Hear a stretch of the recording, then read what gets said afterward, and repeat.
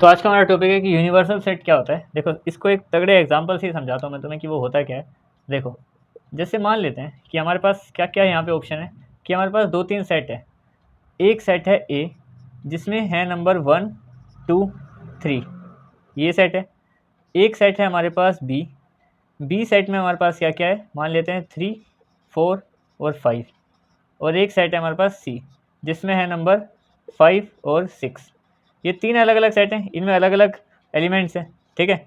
अब universal set क्या होता है? यूनिवर्सल सेट ये होता है कि एक ऐसा सेट जो बाकी जितने भी है ना वो सब उसी के अंदर आते हो।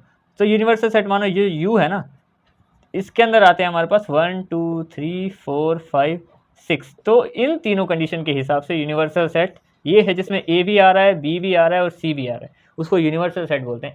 एक और एग्जांपल देखो इसका। जैसे कि मान लो कि एक मेरे पास सेट है ए जिसमें अंदर जो एलिमेंट्स हैं वो हैं, मान लेते हैं कि एक संडे लिखा हुआ है, ठीक है, एक मंडे लिखा हुआ है, ये दो लिखे हुए हैं हमारे पास, ये एक सेट है।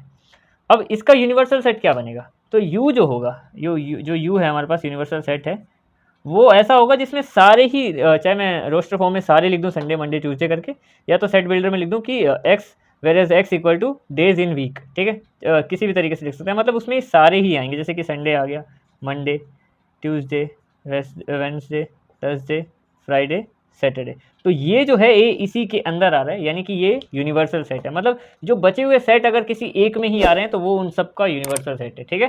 That's it.